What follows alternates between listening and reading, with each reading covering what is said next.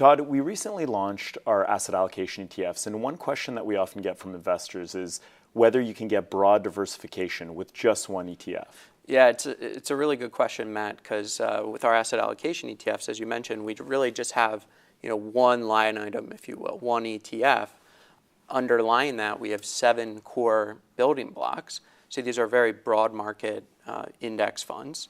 But even I would take it a step further.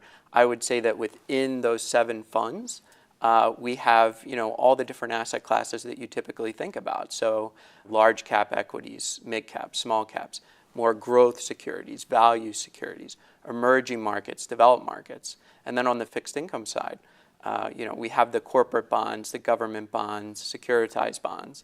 So all the different components of a portfolio that you typically think of are included in the portfolio, right, but they're just through these broad funds. We have about 95% of the public equity and fixed income markets within these funds, and that's over 25,000 different securities. So very broadly diversified, but doing it through this low-cost approach of using broad market index funds really should help the investor over time.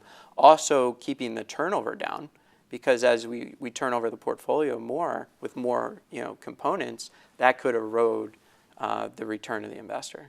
That's great. Thanks, Todd. All right. Thanks, Matt.